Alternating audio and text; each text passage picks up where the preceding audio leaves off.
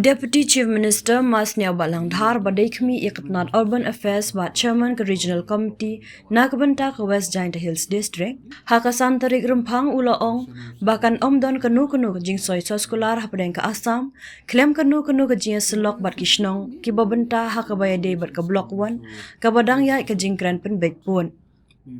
Habakren ulaong bakani kamat kadang don hapadeng ke jingiakren habaro arliang mamla kata ke Assam bat ke Meghalaya bat benrap baladad hab bensoy ke soskular ke komiti ke hab jingiasyllok bat kinong shnong.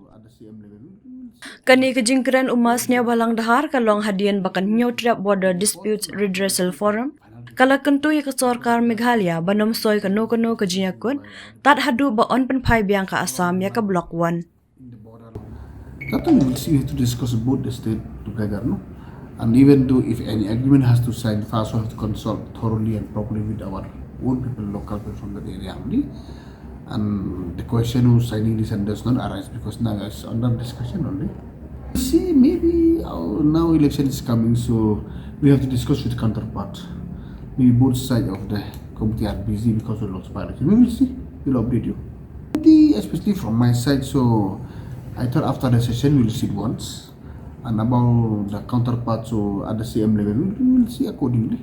You see the reports now, that is not the final report because we are there is the exercise doing by our deputy commissioner. So along the line, in the borderline, so we are trying to find how many villages are there reside by the Kasi, how many villages are there reside by the Garbi. It's still under exercise still on as of now.